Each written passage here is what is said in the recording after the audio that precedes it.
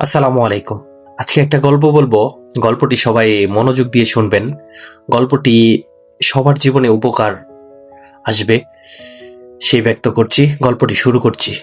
এক গ্রামে দুই ভাই থাকতো। বড় ভাই ছিল ধনী, তার ঘর ছিল দালান কোঠা। ছোট ভাই ছিল গরিব, তার ছিল ছোট্ট একটি কুঁড়ে ঘর। তাদের প্রত্যেকেরই দুইটি করে সন্তান ছিল। হঠাৎ একদিন ভয়াবহ ঝড় এবং বন্যা এলো। এতটাই ভয়াবহ ছিল যে বড় ভাইয়ের প্রাসাদ এবং ছোট ভাইয়ের কুঁড়েঘর দুটোই ধ্বংস হয়ে গেল। মুহূর্তের মধ্যে তারা একই অবস্থানে নেমে এলো।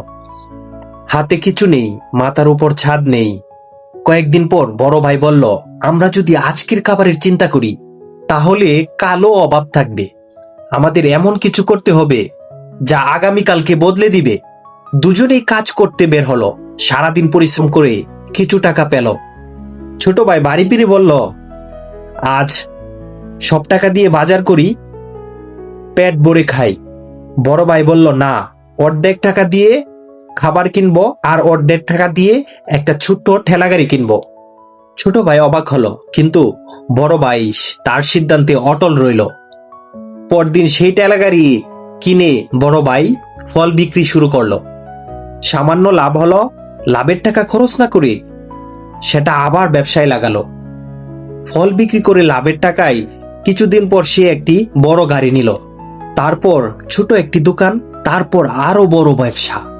অন্যদিকে ছোট ভাই যা আয় করত প্রতিদিন তাই খরচ করে ফেলত। ফলে পরের দিন আবার তাকে শূন্য থেকে শুরু করতে হতো।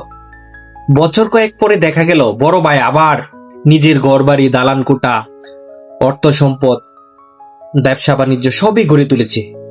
আর ছোট ভাই এখনো দিন আনে দিন খায়, এ অবস্থায় আছে। এখান থেকে আমাদের শিক্ষাটা কি জানেন? ইনকাম মানুষকে ধনী বানায় না, ইনভেস্ট মানুষকে ধনী বানায়। যা ইনকাম করি তার সব খরচ করে ফেললে জীবন এক জায়গায় আটকে থাকে।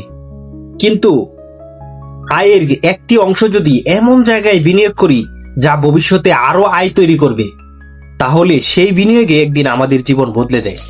আজকের আয়ের কিছু অংশ খরচের জন্য রাখুন, আর কিছু অংশ ভবিষ্যতের জন্য লাগান।